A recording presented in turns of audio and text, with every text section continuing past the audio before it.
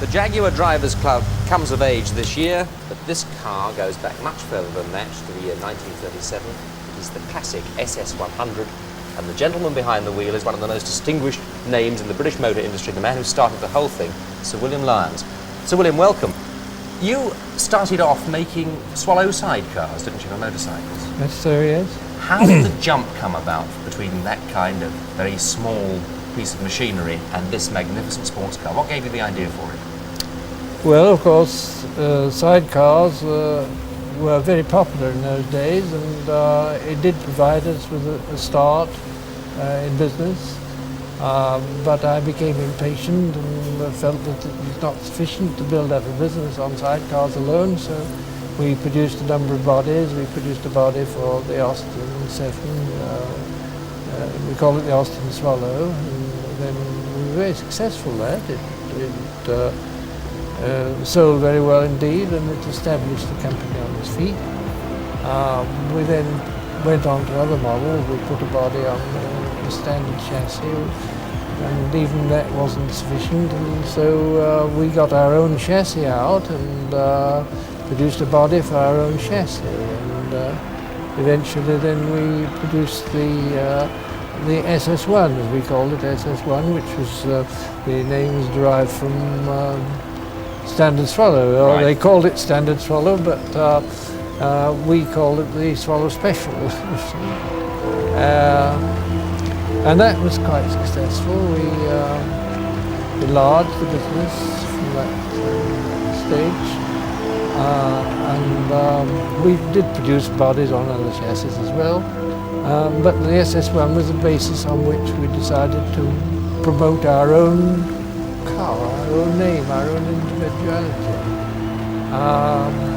And we got into quite a reasonable production, and we then found that we hadn't sufficient room to produce the number required in our factory in Blackpool, so we moved to Coventry, and we enlarged, and we went on from there until eventually, say, this one was the start of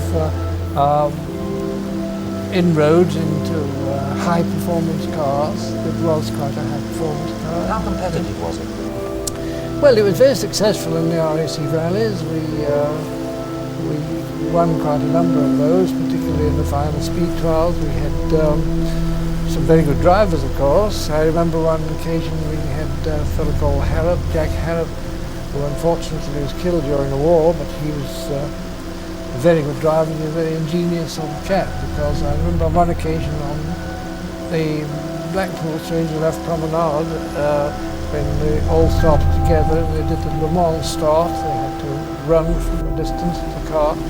He outdid everybody else because he fixed a device to his car so that instead of having to press the button and turn the starter and so on, he just closed the door and the engine started, and he was away yards before everybody else. You should have offered that to the people at Le Mans.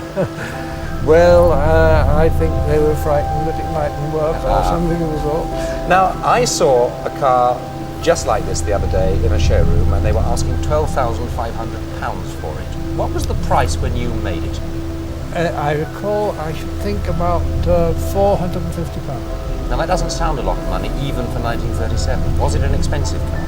No, we did seem to gain a reputation for making cars which were very reasonably priced. How did you do it? Well, I think it was because we ran the company efficiently and economically. We didn't throw money about, and I think we managed to get the goodwill and support of the workers.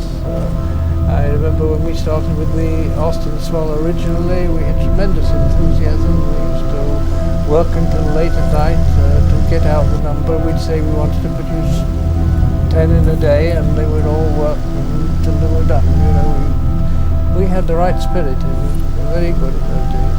Well, the SS100 will go down through the ages as one of the best-looking classic sports cars of all time. But I'd like you now, if you will, to come with me and have a look at what I think is quite a different kind of Jaguar.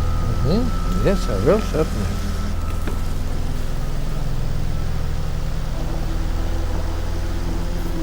Well, Sir William, the car I had in mind was this, the Mark 7, which in fact came out in 1950. Now, surely nothing could be further from the tradition of sporting cars and performance than this, which is a large luxury car?